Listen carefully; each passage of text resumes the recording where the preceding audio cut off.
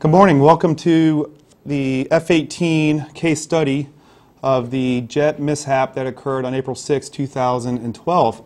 And with me in the studio, of course, the video shop is all here, but Steve Adams is here as well, Captain Adams.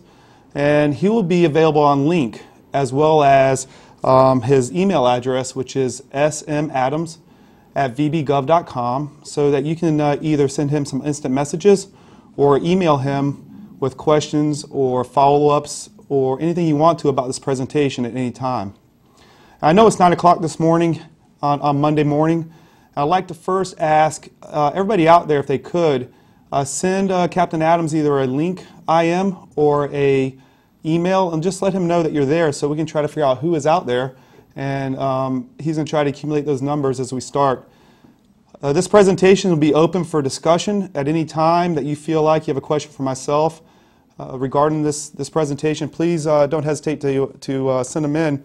And we're here for information sharing. We're here to make sure that we identify some of the happenings of the jet mishap back in April and make sure that we understand how to do it better for the next time.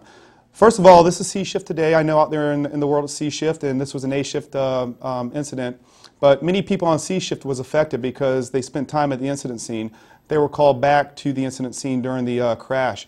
They spent time rehabbing or cleaning gear from the mishap. So we want to make sure that not only was it an A shift call, but many people on all three shifts were affected. So we do have some objectives for this case study. And first and foremost, this is a case review. It's a review of what happened back on April 6th.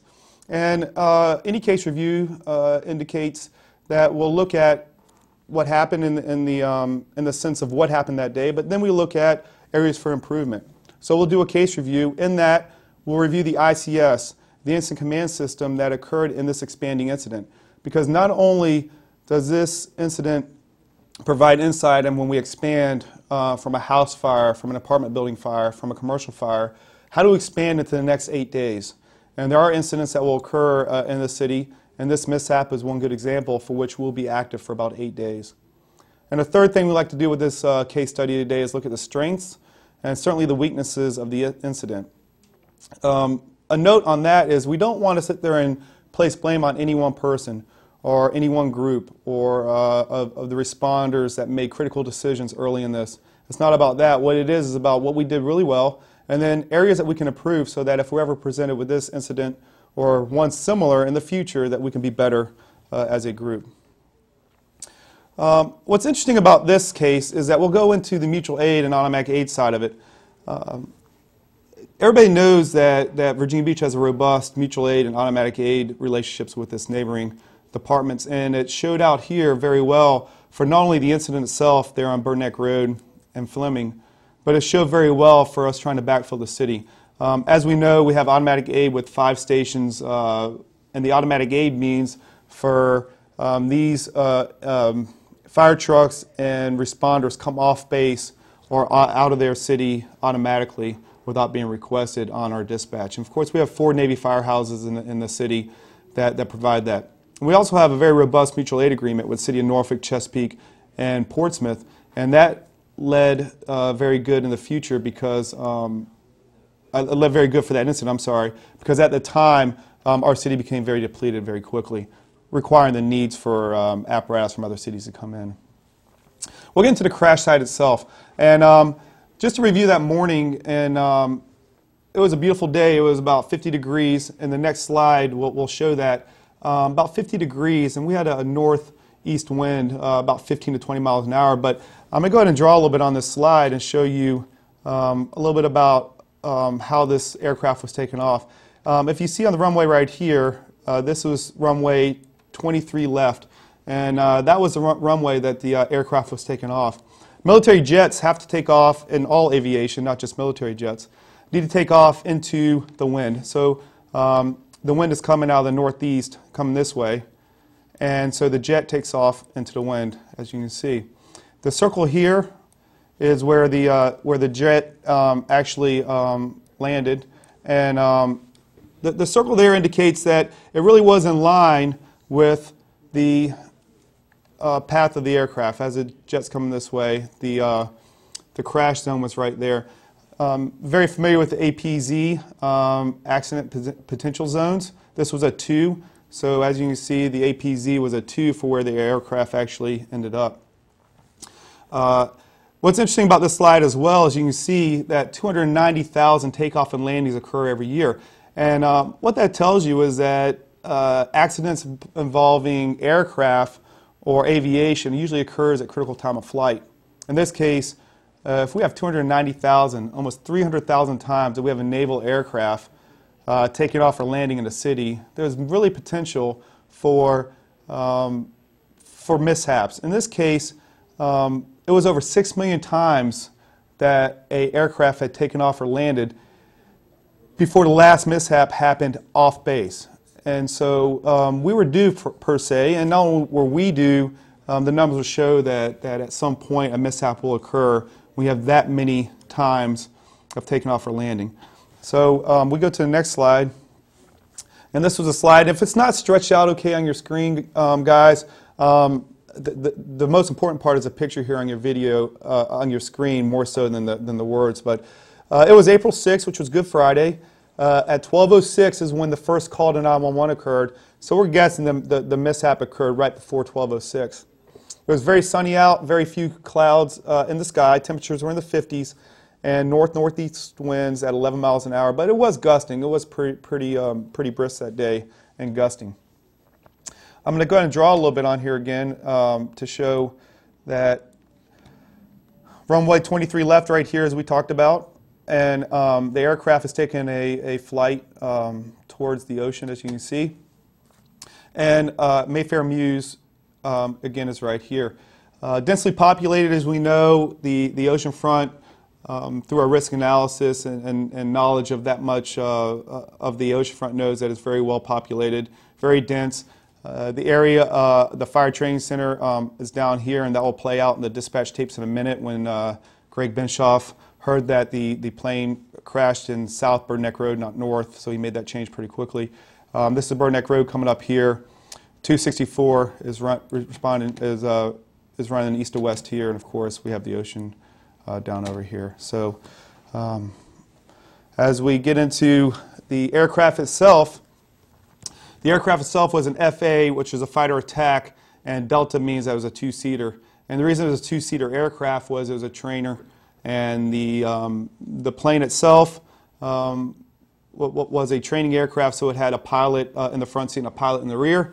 And those pilots are both pilots. It wasn't a non-pilot that was flying the aircraft. You had an experienced pilot and a newer pilot together, and the student was in the front and his instructor was in the rear.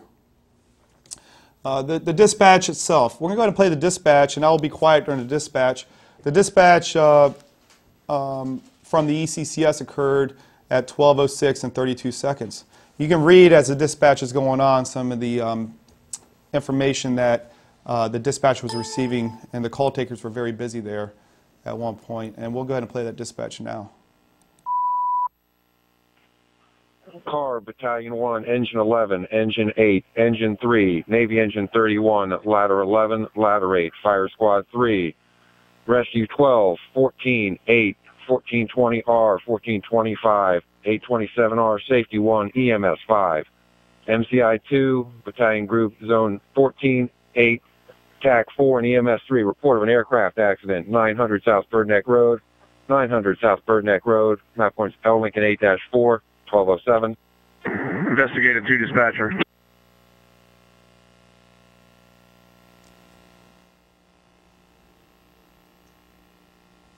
Battalion 1 dispatcher.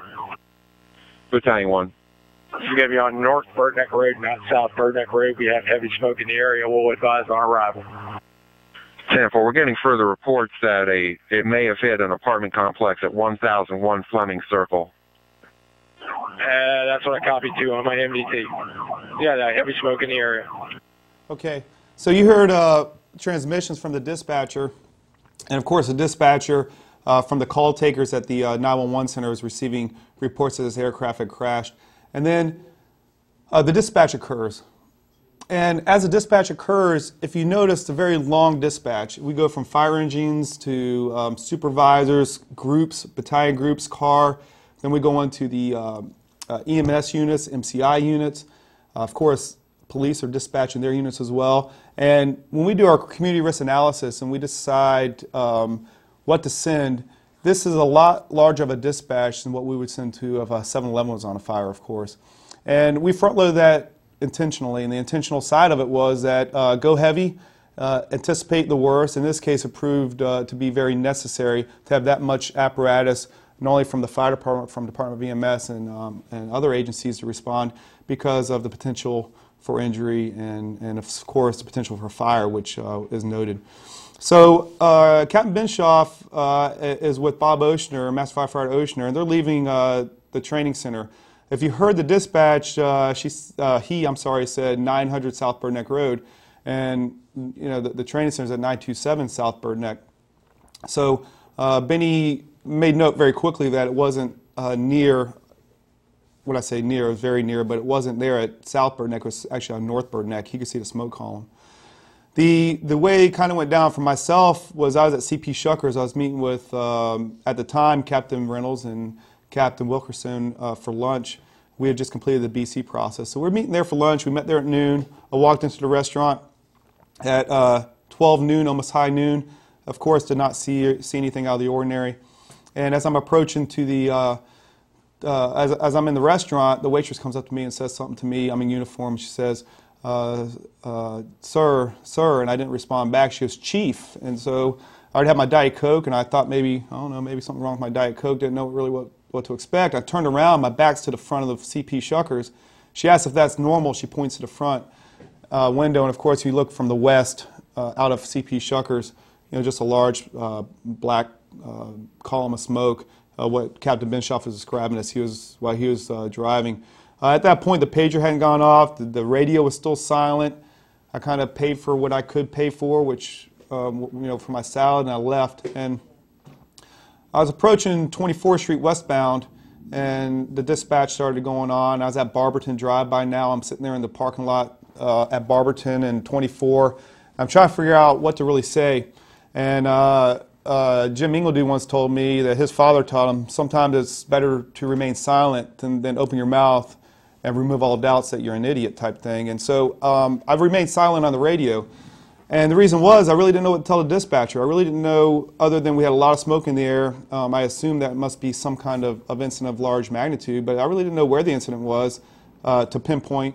I didn't know really where to set up command or even to set up people to come. Luckily, the dispatch went on. The dispatch was very clear and on South Bird Neck, and I'm sitting there at Barberton and 24 saying, okay, well, it's really not there. And then I just remained silent because Battalion 1 was doing such a great job. Accurate information, smoke in the air. He requested a second alarm. He did his roll call on TAC Channel 4 very effectively, so there's no reason for me to get on the air. I did arrive on Fleming with myself and Investigator Putz, and a police officer were standing there. And at that point, we were waiting for fire trucks. So that's kind of how I got involved into the incident scene. And then when Captain Benshoff and Master Firefighter Ocean arrived, provided us with a nice command platform and able to get everything set up. This is a video that is about 2 minutes long, and the video kind of shows what responders saw when they arrived early into the incident. I'll let it play.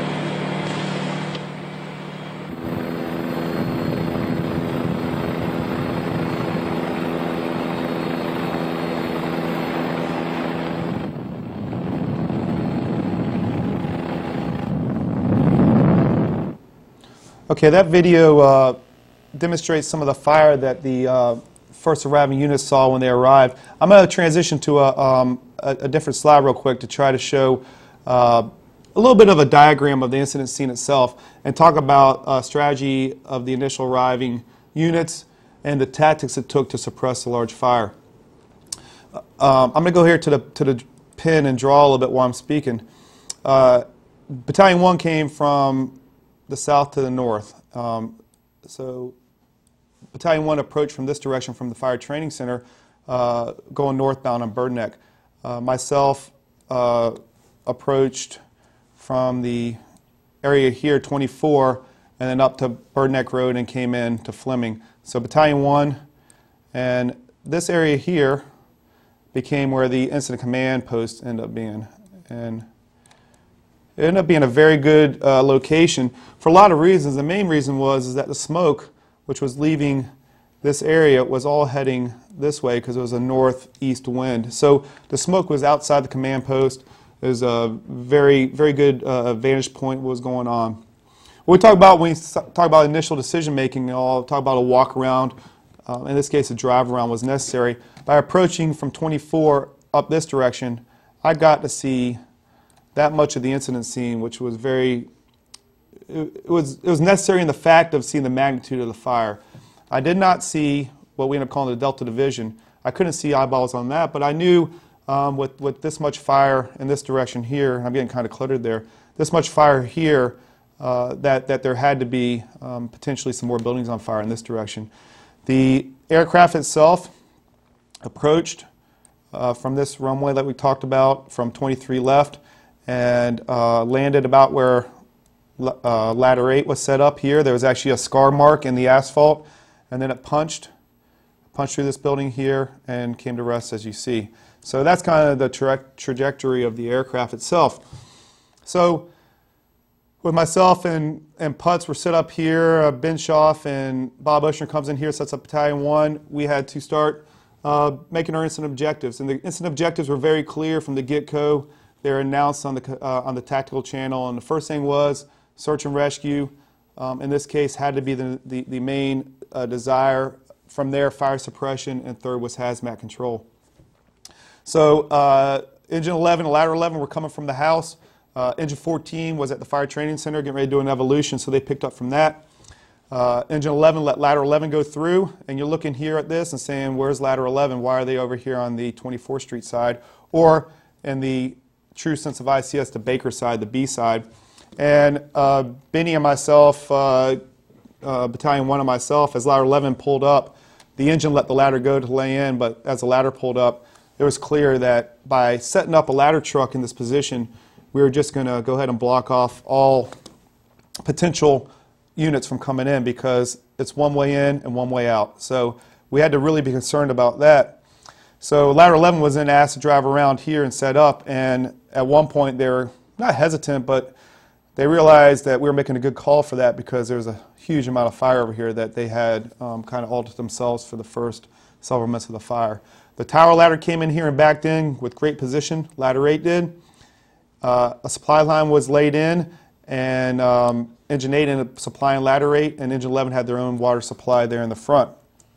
For simplicity, we made this the Alpha. I made that Alpha, 24, and Delta. So that's kind of how the desire for the incident command went, and for trying to set this fire up. So we'll go back out to the other PowerPoint. I'll refer to this a little bit. And I'm going to show you a little video from the police. It was their FLIR off their aircraft, off their new aircraft, Air 1, and this goes on for only about 10-15 seconds, but it gives you kind of an idea from the air what we were presented with fire. That's the Alpha side where Ladder 8's flowing over to the 24th Street Division buildings. They have a pretty good knockdown on the fire there. And the Delta Division will be up in the upper right-hand corner as you're looking at it. Ladder 8 had great position there. Backing in was a great help. Great reach with the tower ladder there. And big water was really necessary for this type of fire.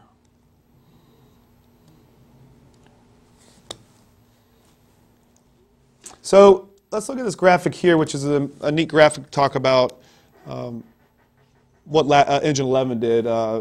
Captain Weiler comes in there and noses in and reaches a fire hydrant that's sitting right here. There's a hydrant sitting right here. sets his truck up here. And the good thing about this, as I said, the wind was really leaving this area. So in a very safe and controlled area, Captain Weiler sets his truck up. And we talk about big water, so a 2.5 comes off, a deck gun goes in service, and another 2.5 comes in. And if you remember right, this is a section of the building that was actually missing from the jet coming through, coming this way and landing in the courtyard. When I say that Weiler and his crew blitzed this, would be an understatement. They put so much water on this fire so quick that this fire was knocked down, I would say within 15-20 minutes of arriving. What that did, it allowed the other crews that came in, Engine 3 for example, to come here and do great searches in the unburned areas and confirm that all the people, again, in the initial incident objectives of search and rescue, that was performed.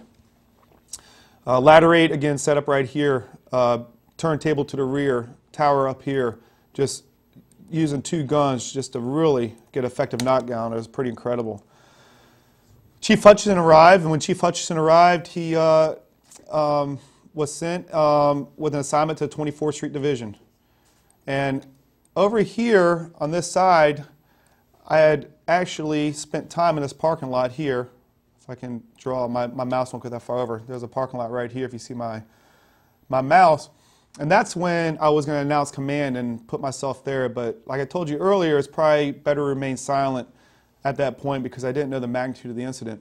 But I did know there were 3 hydrants over here on Piney Branch, and I felt like it was a great opportunity for firefighting over there, and especially seeing that this building was well involved. So Captain Hughes was Battalion 4, and I called Captain Hughes on the fire command channel because the dispatcher wasn't able to fill the second alarm as quickly as I thought we needed it. So I told him to take the entire second alarm assignment and go to 24th Street in Barberton, that they could set up there. There's plenty of access, and certainly there's plenty of water. And I actually told him to go through Old Beach as well, because Old Beach at that time wasn't affected by many cars or traffic, where Bird Neck Road was completely snarled to a halt. And that's where the second alarm totally went. So Captain Hughes originally arrived here, and then the 24th Street Division was said to be here with D.C. Hutchison in charge of 24th Street Division. Chief Ramsey became the Alpha Division commander, and then Chief Keene came to Delta, and Delta was right over here with these buildings here.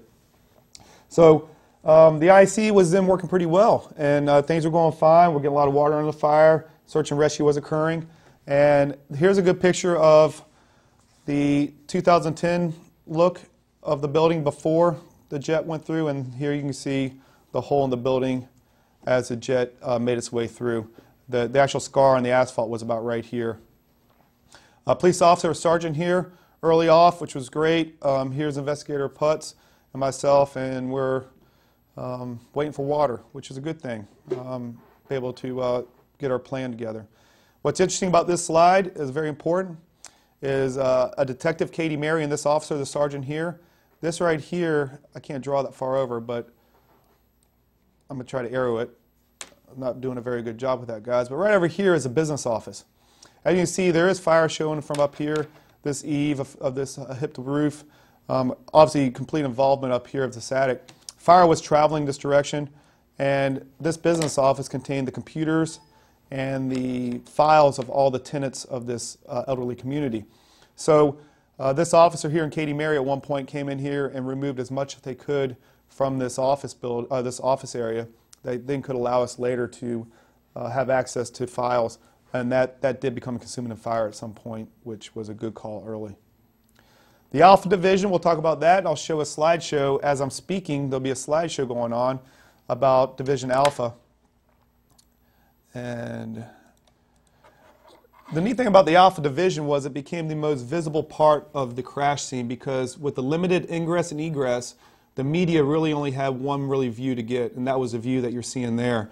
So it became kind of the immediate focal point for all incoming units, media, liaisons, anybody who wanted to come in there decided to come into that area. So it became a choke point per se. You can see Engine 11 set up there, and with a hard sleeve coming out the front, the deck gun in action.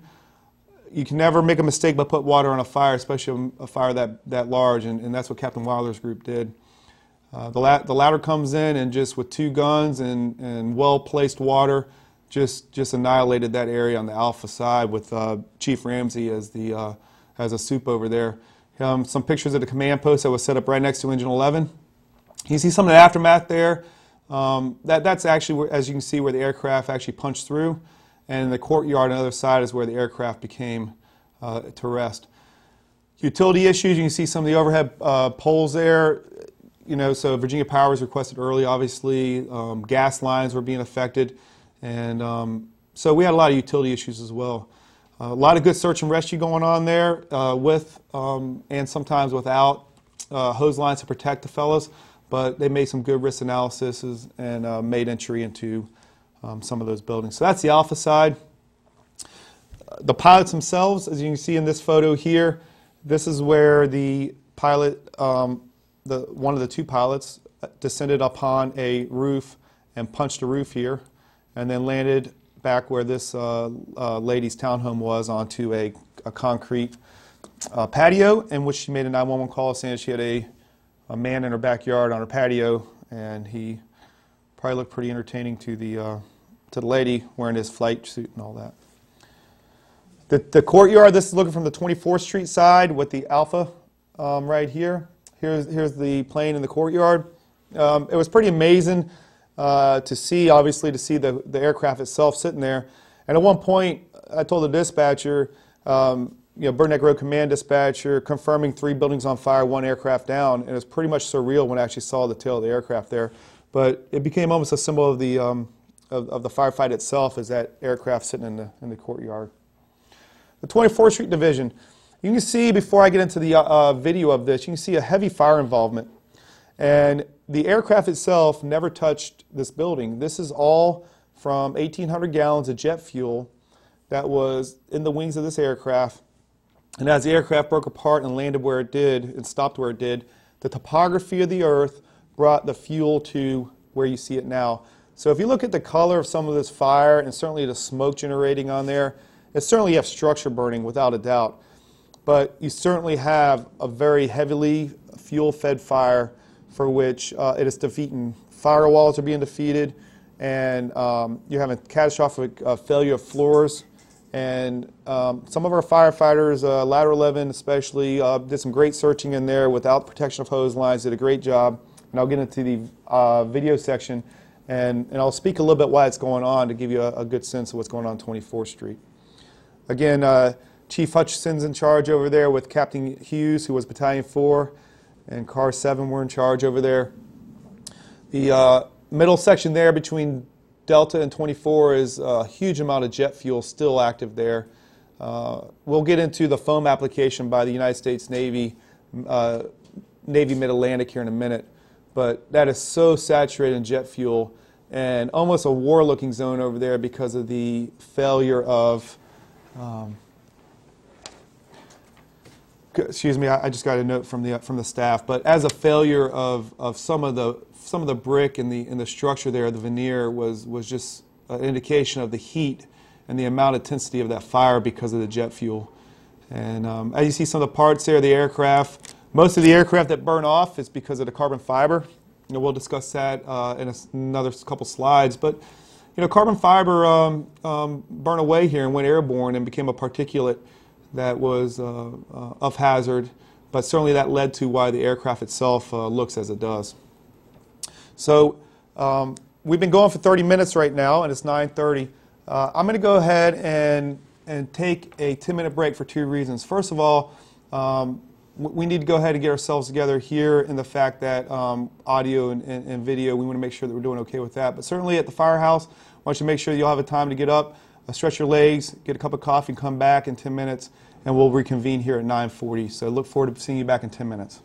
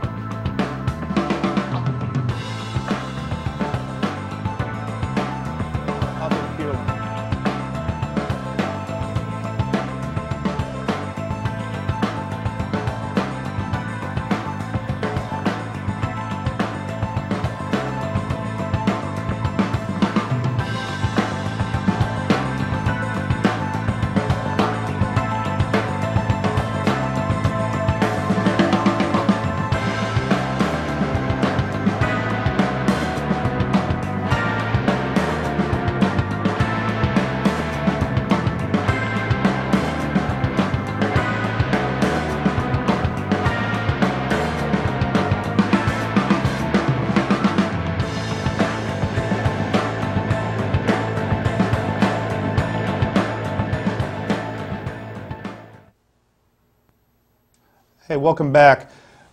On our 10-minute break, I met with Steve Adams and Bob Anderson down here, and we understand there may be some buffering issues going on out there or some issues of delay or lag from you seeing what's going on live. So Captain Adams has asked me that if you could IM him on links would be most perfect to tell him what's going on, and then also either that or you can email him because he's going to make some documentation of this and get up with the Virginia Beach Video Services Director and figure out why we're having these issues. But we appreciate you sticking in there, and hopefully the coffee is fresh and you're ready for another 30 minutes. And that's our game plan for this presentation is another 30 minutes, and we'll be able to get through. And after that, I'll remind you as well, but there will be a 10-minute break, and then Bob Anderson will go ahead and put this on video back out to the field in the same link if you want to see it without interruption. But we'll get through that in a minute. So the Delta Division, we'll get back to the firefight itself. The Delta Division was where Chief Keene arrived. And when Chief Keene came to the command post, he simply says, "What can I do?" I said, "Dennis," I said, "I've never been to the Delta Division. I don't know what's going on over there." He said he'd take care of it. We gave him a TAC channel, and the rest is history over there on the Delta Division. I'll give you a little bit of pictures about Delta. And again, they assigned their own TAC channel, had a lot of heavy fire involvement. Ladder 9 was able to get the way over there. Engine 12 was initially there. It did some creative stretching through Marabou, through a fence line, and brought some hand lines over there with very creative stretching. And we ended up getting a ladder pipe out there as well. And Chief Keene led mini crews on search operations as well as fire suppression and confinement over there on the Delta Division. Good firefighting occurred over there. A lot of property was saved due to the aggressive nature and work of the firefighters over there. Some of the pictures here you'll see is of the pilot's chute itself and some of the gear that the pilot was wearing. Interesting thing about the pilot was when this pilot was being removed past the command post, he was on a stretcher and a backboard CID from EMS.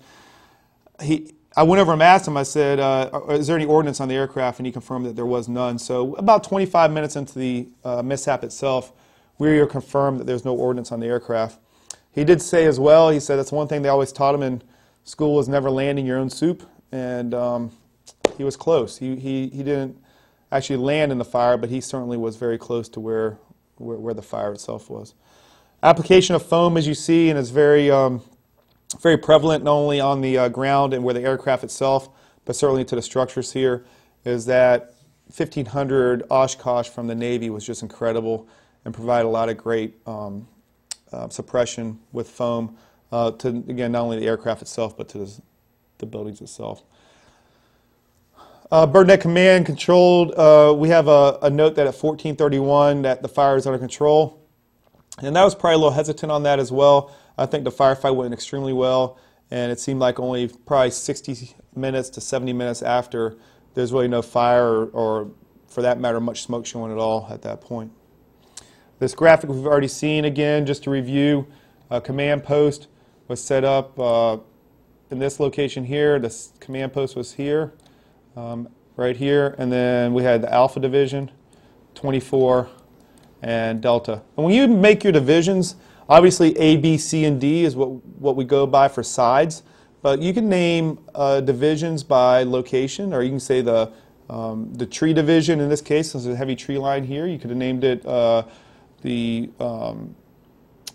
Piney Branch Division, whatever you want to call it. So don't be limited by A, B, C, and D, although it's very easy for others to understand when you make those assignments. This graphic here ran in the Virginia Pilot, actually 1 week after Good Friday, so the Friday following, and it gives a good depiction of what happened. Again, as you can see, the aircraft approaches this way, actually hits the asphalt, punches through. And you can see the red is the area that was lost by fire. It ended up being razed. The yellow is what I call the good firefight saves. This is the area that we feel like, due to aggressive firefighting and excellent work by the companies involved, that we had some good positive outcomes. Unified Command. It's important to note that as the incident commander there at the rear of Battalion 1, that Chief Jernigan arrived, Chief Cover arrived, Chief McAndrews arrived, and Chief Jernigan comes up to me and says, I'm now command your operations. And for anybody out there that's watching, we get relieved of command, that's not a negative thing, and I'll give you some positives here. At this point, when Chief Jernigan arrived, I was being inundated by anybody and everybody that had a solution to our problem, from other agencies in our city, to the power company, to the gas company, to liaisons for the Navy was already arriving, wearing their flight suits, etc. So it's hard to fight a fire and be operationally savvy when you're trying to deal with cards and business cards and people who have solutions for your problems. So by Chief Jernigan coming and as the ops deputy taking over command, it then allowed us to do our job of suppressing fire and search and rescue and hazmat control. And so it really was a great thing. So Chief Jernigan then as the incident commander, as the IC, kind of moves on over. The MEOC was arriving at that point. The Command 1 was arriving from Company 5. And he just took that whole burden off my shoulders. And it was a job that needed to be done. He now was able to concentrate on true command activities while the divisions and groups were able to concentrate on the firefight through ops. So Chief Jernigan becomes a commander. We then, due to the magnitude of this type of crash, had government officials arriving. So in this case here, you can see City Manager Mr. Spohr, and here's the Police Chief, Mr. Severa. Herb's making sure that everybody's doing their crunches appropriately on the scene and make sure they're nutritious. And so we had some dignitaries arriving. But on top of that as well, you had council members arriving. You had members from the Navy arriving that were big-time people. And so Fire Chief arrives, when Chief Cover arrives, when Chief Jernigan and McAndrews arrived, he became that person. He became that person that knows that we have an extremely large firefight in our hands, that the solution to this problem at this time, at this current time, was based on the fire department's ability to take care of fire and care for the injured and rescue the people. But certainly, the other thing that's very notable here was budget time. It's April 6th. We're getting ready to vote on the budget in the first week of May. And the fire chief is now walking around the city manager and the mayor around a fire scene of just extraordinary magnitude. So you can't buy that type of press, and certainly it worked out very well. Foam application. We talked about on the first or second slide of the day about the Navy and the relationship with the United States Navy. And this unit right here, the ARF Truck 7, came off base, and when Chief Jernigan called me probably 20 minutes into firefight at the most and says, hey, your ARF truck's sitting at Integrity Way in Bird Neck. It was really a good thing to know. I actually before that had made the request, but they were there. They were there, and when we brought them up there, that son of a gun hummed and put foam and just did an immaculate job of taking care of this problem. And you can see the aircraft is right here. And so the immediate need of foam was twofold, and we'll make it threefold in a minute, but certainly twofold. One was suppression of vapor of fuel. You can't do a better thing in the world than apply foam to vapors, and so that suppressed the vapors of the fuel. Second of all was the carbon fibers. It was essential that we had the carbon fibers at this point as much controlled as possible, and foam was a great applicant for that. And the third was the firefight itself. Is what a better way to prevent not only the fire from spreading from what it was, but certainly a rekindle. So I'm going to go on to the next slide, which is going to show some of the video of foam applications and talk a little bit about the ARF truck. So the ARF truck is a 1500 Oshkosh from the base when it came off base. It has 3 times as much foam as water, so we ended up taking a 3-inch supply line over on the 24th Street Division and supplying that ARF truck. And it sat there, and then it just didn't initially put foam on the incident scene and leave. It stayed there and applied foam again because we know that a good blanket of foam will dissolve or stop doing its operation that we want it to, so you had to reapply.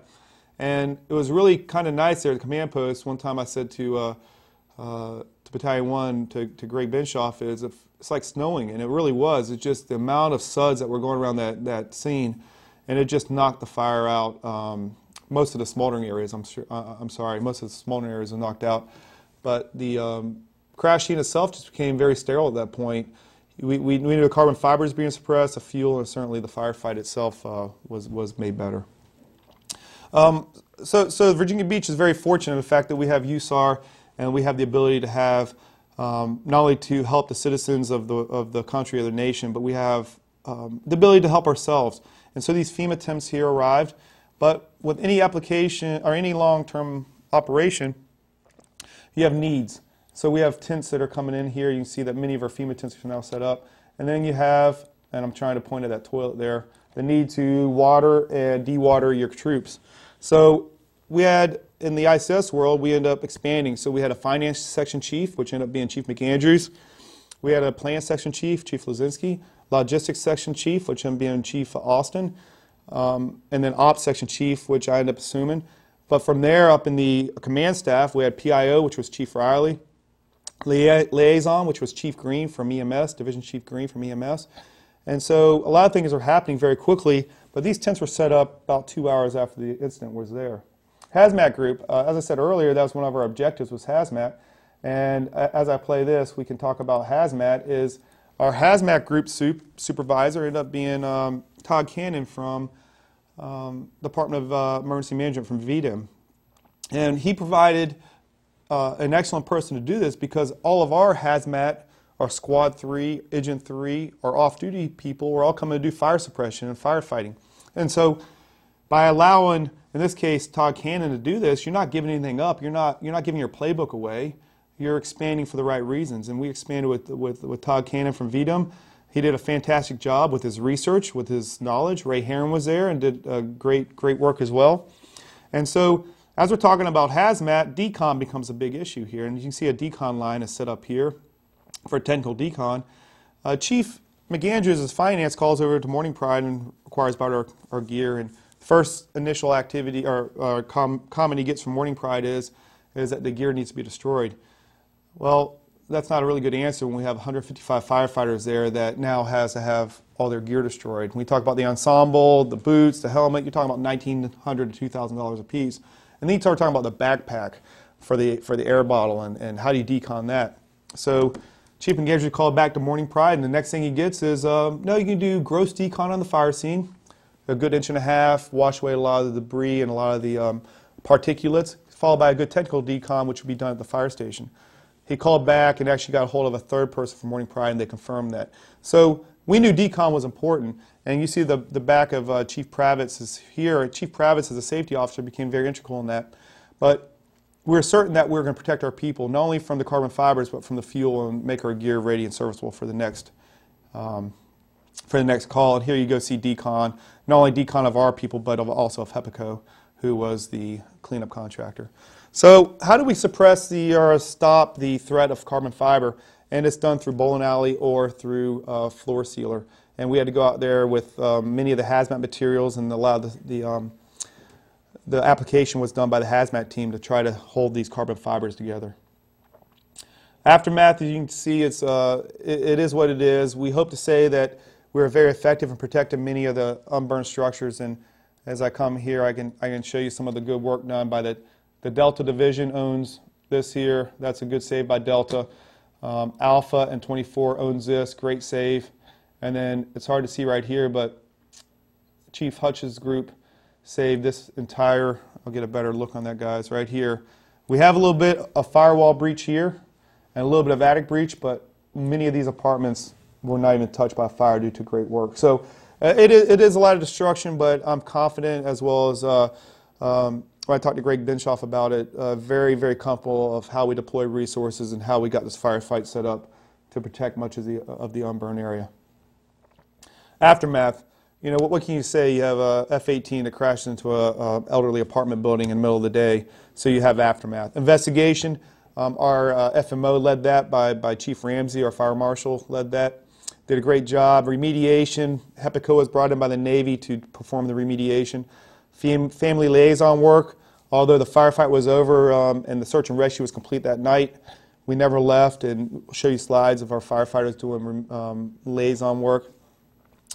And the site itself, obviously it got fenced in that night. By about midnight it was fenced in, completely fenced in for security reasons. The Navy led the investigation of what happened in the mishap. HEPACO led the investigation, led the remediation of the site. Some of the resources they brought. The Navy humanistics needs, this person here is from JAG, and here is a Navy Battalion 31. And they never left the scene. JAG was integral in trying to help remediate some of the, or not remediate, I'm sorry, but trying to help some of the needs of the displaced residents from checks which is hard to cash checks without driver's license that got burned up, but with money, with clothing, food, medication, and all. But we became involved too, because here's a picture of Craig Brown here that is giving Gatorade out and taking blood pressures, because in our EMS world, anybody who's in an elderly complex that's greater than 55 years of age is on Plavix. Everyone is on some kind of beta blocker, and they have no way to medicate anymore. They're all gone. Well, then they say, well, we'll get you a script. Well, I'll go up to the Rite Aid and get my script, but guess what? They have no identification. They can't prove who they are. They have no insurance cards. Their purses and their wallets are burned up. So it became more of suppression, rescue, hazmat control to family and how we're going to handle the family needs, and the fire department was very integral in that.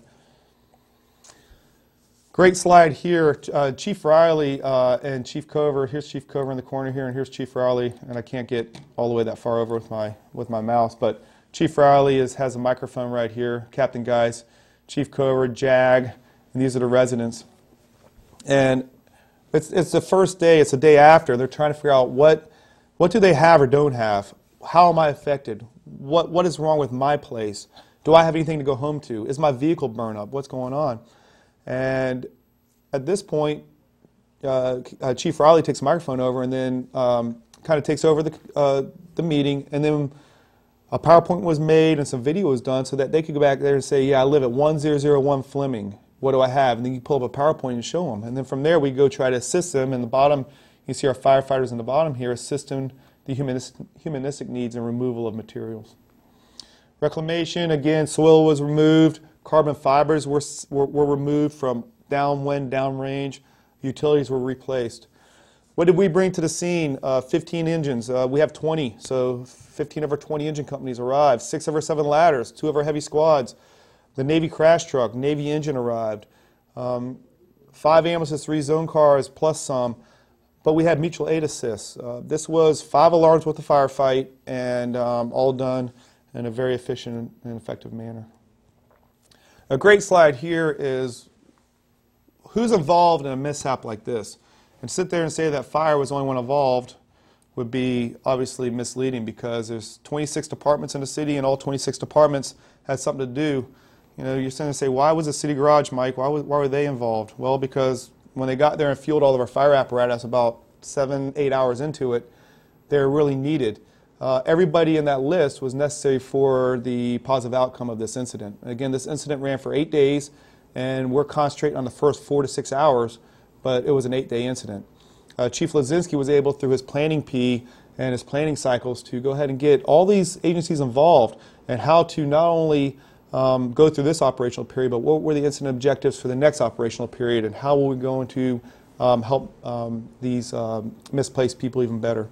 So next slide, we go to state and federal agencies that were involved. And these aren't all of them, but it's a good list.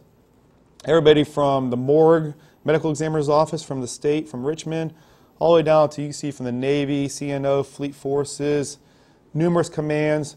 It's pretty much incredible. And you know, you can't tell these people to stay off your incident scene, because the governor and his office has a vested interest. The state police have a vested interest because they investigate all aircraft accident, except for this one. The Navy took the lead on this one, of course. But vital records in DMV, Chief Riley tells a great story where we go to the DMV and we wait 5 or 6 hours to get our driver's license renewed, and from Richmond, DMV came all the way down to Virginia Beach and set up a satellite office to help these people get their driver's license back and some vital records back. So it's a very, very neat list. And DEQ, EPA provided air quality monitoring throughout not only the incident site itself in Mayfair, but down to Maribou, all the way down downwind and downrange. So it was really an incredible effort by everybody.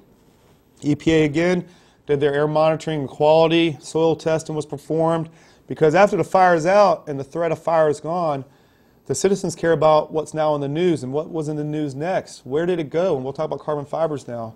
It went to carbon fibers. It became the scare. It became what everybody was worried about. You know, I live in Shadowlawn right now. Am I worried about these carbon fibers? So the EPA was brought in. So carbon fibers, if we can think of the asbestos world, is you know, just it's used to harden or make a structure through layers very, very structurally hard and strong. So this aircraft was predominantly carbon fibers, which allows more fuel to go on board, which allows vehicle or the aircraft to go farther and lighter because of weights and balances. The new 787 they have out there from Boeing is 80% carbon fiber. So carbon fiber is not just on your Pontiac Fieros, it's not on your F-18s, it's on almost anything built to be strong and certainly built to be lighter so that more objects can go in there to go farther, mostly fuel. So the carbon fiber issue came up, and we suppressed the fibers with the initial foam application. We then suppressed the fibers by putting the bowling alley wax on 3 different times. We added layers to it. And then the EPA went out and did monitoring downrange and then collecting bags and bags and bags of the carbon fiber that actually went airborne. Some strengths of this incident. Certainly, there's so many, it's hard to put on slides, but training is the #1 strength, is that we spent so much time training for a mishap that when the mishap occurred, it was like Joe Cool. I mean, A-Shift was incredible. Joe Cool out there, and things just happened. And you can't go wrong with a lot of water either, but at one point we were flowing 7,000 gallons a minute of water on this fire. Early development of section chiefs. Don't be afraid to section out your fire. If you're in command or if you're initial incident commander and you want to go ahead and make a division or section it out, do it. It actually works out pretty well. And also the divisions and groups. So in this case, when Chief Jernigan made his ops, finance, logistics, and planning, and then of course the divisions were made earlier, it leads to a decent outcome. Strengths, again, unified command. You can't go wrong with unifying. Unification here actually brought right people into the command post in which you're not making decisions alone. You're making them with the people who have jurisdictional responsibility. Rapid arrival of resources. I joke a little bit when we talked to Rob Darden and everything on Ladder 9 when the 4th alarm was requested, he was at Lynn Haven Parkway. And one would say, was he creeping? Was it the right thing to do? Well, there's 7 ladders in the city, and 6 of them were requested, so you pretty much own the city anyway. So being at Lynn Haven Parkway was the center of the city and not a bad choice. The good thing about it was, after the request was there, Ladder 9 was there minutes later. So early arrival of resources. Communication was effective and efficient. It was really, really almost hyper-cool, almost on the radio at times. We had multiple TAC channels assigned so that each division had a TAC channel of their own. So TAC 4 for Alpha, TAC 5 for 24, TAC 6 for Delta, and then things went very well by that. Areas for improvement. We have to be able to improve. Personnel concerns. We need more safety officers. I'll admit right up front for myself too, I never, as an ops incident commander, ever assigned a RIT. Also, safety officers, Chief Pravis cannot be a safety on an incident so large. We need to do some deputy safety officers. Scene concerns, some PD concerns with hydrants, that's okay. We worked through those very well. Congestion due to personal emergency vehicles. When Ladder 11 pulled up there and was moved, when Benny and I made that decision to move Ladder 11, it was not just about what was right. It was about what were we doing to block the ingress of future vehicles. So when you're out there and you're staging a block away and approaching, think about where you put your vehicle. Not only that, if EMS, if police, if Public Works, if other people are parking their vehicles so that Ladder 16 can't get in on the 3rd ladder, make that call as you're walking by. Move your vehicle all the way over. Let's be cognizant of not only how we park or where we park, but where other people park on the incident scene. Dispatch concerns, guys, is what it is when it comes down to our current CAD, but alarms were not correctly filled. It took some time to do it. We overloaded, not just Virginia Beach Fire, EMS, PD, everybody who has a stake in the CAD, Public Works, Utility, just saturated that. The numerous 911 calls that came in, numerous 911 calls. So not a gig on 911, it's just we have to be smart on when we're calling alarms and not being filled and getting on the road. Frequently asked questions in this incident. We have about 10 more minutes of this training and we'll be fine. First of all, what kind of training do we do? Everybody knows in this fire department we do a lot of great training. And in this case, we have to be very, very proficient in training. So at the station level, your proficiency is really needed. The task book out there, go through some of those training drills in the task book and be proficient. In services, respect the fact that we bring you down for officer and company in services to prepare you for the next one. And of course, Chief Cover's second tenet is to train hard. But when we look at some of the training we did, remember, we just had our mishap drill in 2010. We had one in 2011. Everybody should remember in February 2012, we all went over to Oceana and we made great relationships with them, but we trained 396 of our firefighters over at Oceana. Great stuff over there. We have cooperation. Chief Snyder just came to our table at senior staff last week and talked about the future and how great the past was, but how do we get to the future and how do we continue to have this relationship through collapse drills to firefighting and suppression drills to what to do if and when it happens again. So we have to maintain those relationships, and of course we do. We respect and like the fact that we have those relationships. Strategies, again, search and rescue, put the fire out, and hazmat. Those were what our initial objectives were. And then how do you do that? How do you do all that? You have to have multiple alarms. You can't do it with 4 engines, 2 ladders, and a squad company. You have to request more and be able to fill them. Financial commitment, it's $1 million question. How much should it cost? $90,000. That was taken about a week and a half later by Mike Marr over there at Finance. We did recover $31,764 back because that was our hazmat consumables. So that was recovered back, but it did cost. It cost for overtime, it cost for material and apparatus, and that's why we're here. Unified command considerations, again, Chief Jernigan came in and said he's going to unify, and it, to me, is one of the greatest calls he could have done at that point, because instead of trying to keep people out of the command post, knowing that this will be an 8-day event, if you know it's 8 days and you know there's more going on there, maybe people injured, you have traffic concerns, you have water concerns, you have police that has investigations of anything, don't leave them out. Bring them in and make decisions as a group. PIO. So what happens if you're on this jet mishap and you're walking around and a news person or a media outlet comes and starts talking to you? We have an SOP on that. So go over this SOP, AS 9.03, and Chief Riley became obviously the focal point and the dissemination of information. But there's so much media there and so much potential to be involved. Is know what you can say or not say, and of course refer to Chief Riley. But at this point, Chief Riley's busy doing interviews or trying to do his job. Know the SOP and know it well. Local versus national and world media. I told the story, told it yesterday. Chief Riley, 20 minutes after the jet mishap, Chief Riley gets a phone call from Beijing, China, and he is on live from his cell phone to Beijing, China with a news outlet, the equivalent to the BBC from England. So know that not only is local, the nation, but certainly the world's watching. And a good story too for Chief Wade. Chief Wade became the area commander. He's back at the DCO, and at one point, someone on a attack channel requested 15 body bags. Well, Chief Wade's watching the crawl in the news on CNN, and on the crawl it says, command just requests 15 body bags. So not only to know what's being done on the incident scene, what we're saying verbally over our radio is also being heard throughout the world.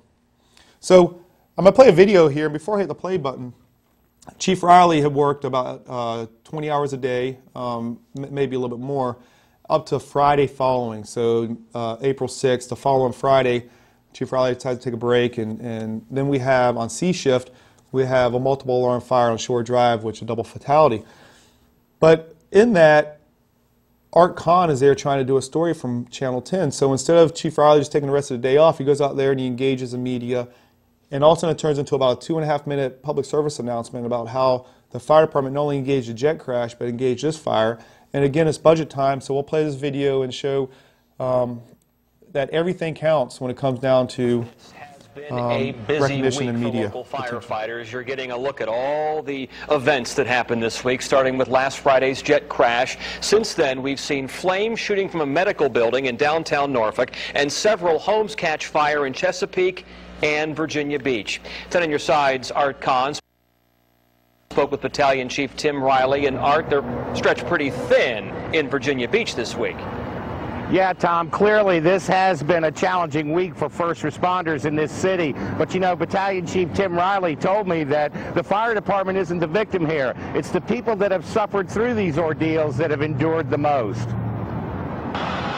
Just 7 days after responding to a jet crash, Virginia Beach Fire and Rescue is once again on the scene of a major fire. Can't remember any week that we've had in the past 22 years that have been as trying to our department. I think what's unique about this week is we experienced large-scale incidences like this in the past.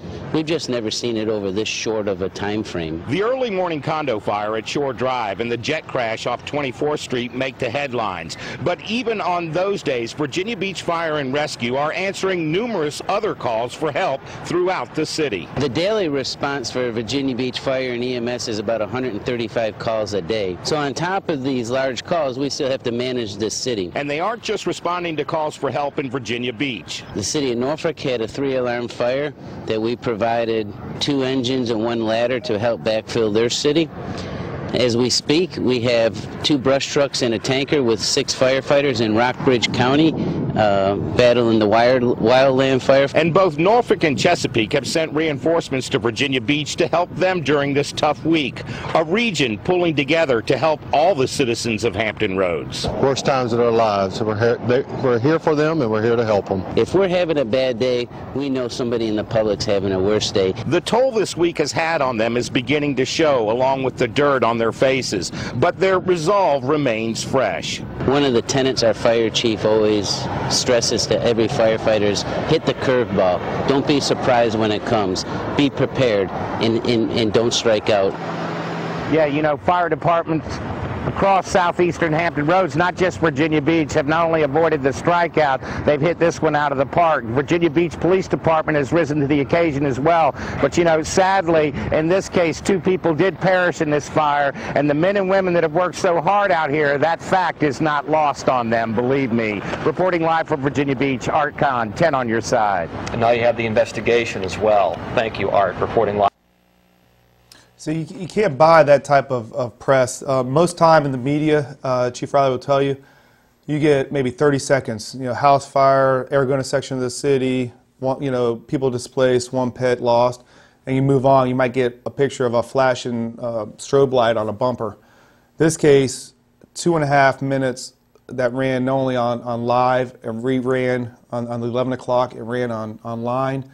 You can't buy that type of media. So everybody has an integral job in trying to make sure the fire department is not only prepared to fight fires, but how to then market our department as well. Continuing with the last couple slides, manageable ICS is you have to at some point go to your sections, certainly branches, division, and groups. Don't be afraid to do that. Span of control. It's too hard when you have 4 alarms with a firefight going on, having only an incident commander with no divisions or groups. So you have to make sure that we expand out that direction. It's kind of a funny slide in a way, but this was, when I got on my vehicle, I had an old map book, and I went to the map page, I ripped it out. This became my simple ICS 201.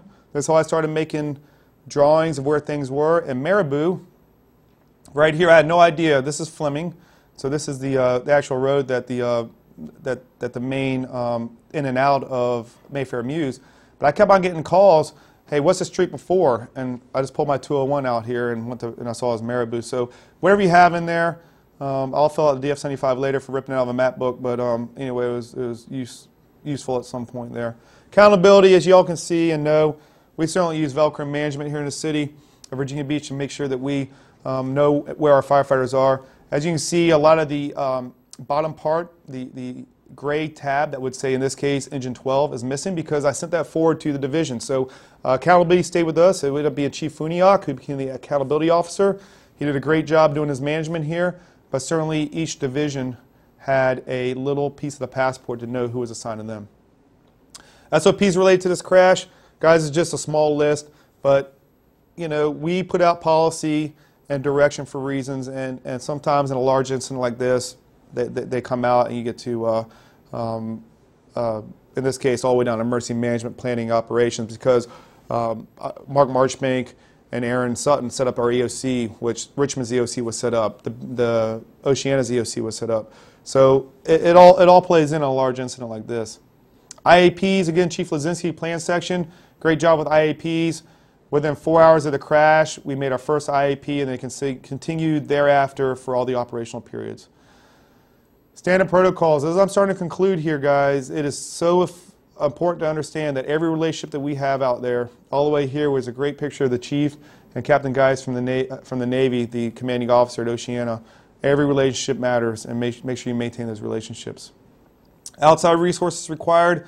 Again, City of Norfolk and Portsmouth and Chesapeake provided fire apparatus and people to our stations. DC 5.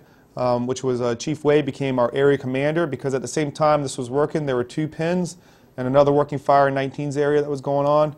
and Chief Wade had to manage that with only 5 engines from the city. He had to get people called back and staff some of our reserve apparatus. We had to bring in other trucks, and so it worked out very well. Chief did a very good job with that. Yes, off-duty personnel was utilized. Many of you on C and B shift were utilized, as you know, and certainly we certainly hit a lot of the specialties, and certainly engines and chief officers were utilized. We talk about a Type 5, 4, and 3 event. A Type 5 event would be handled by an ambulance, a fire truck, and a police officer. Type 4 incident, a little bit bigger. It might be a latitude style fire. It might be a firefight that occurs that you have no operational period. You're picked up by 4 to 6 hours, and the incident is self-limiting. Type 3 incident, this will probably be considered a Type 3 in the fact that we went to an 8-day operational, 16 operational periods, 8 days worth of work, and the magnitude of the incident from the national to the world level. Your Type 2 incidents may be some of your wildland fires out west, or maybe down in Florida, and your Type 1 would be your Katrinas or your World Trade Center type styles. So if we look at this and you sit there and go back and say, you know, Chief, I had a ICS 300 class, and we talk about rapidly expanding incidents and a Type 3 incident, but it will never happen in Virginia Beach. Only if the hurricane comes up and hits us. Well, we just experienced one. We experienced a Type 3 incident in the city, unrelated to a hurricane or a storm, and I think we did very well with it. And of course, we do have the storms, and we do have the nor'easters, and we do have the hurricanes, so we do get experience in this type of incidents, but everything counts. It always counts. In this case, as Chief Riley said in that piece, I think we hit this one out of the park. My last slide here, and it's very hard to read, but I have it this way for a reason. I always say that I'm not going to sit there and talk about what failed on the F-18 because I'm not an expert, I'm not a mechanic, but I can read what came out of the report. And I'll read it to you because I think it's important for everybody to know that the F-18 Hornet experienced an extremely rare dual engine failure. Okay, so that's good to note. The right engine failed. You see in the pictures in the courtyard, the right rear engine was very wide. The fans were very wide. So the right engine failed after the plane's nose wheel left the runway. From there, we go down to the bottom bullet and say, the pilots thought that they ingested a right rear tire into the engine. This was untrue because their protocol for ingestion, in this case from the intake of the engine to the rear, would be to shut down the engine.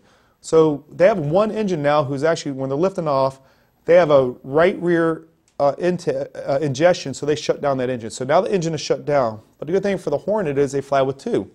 So the left rear engine then, as you saw in the pictures, was very tight. The fans were very tight on it.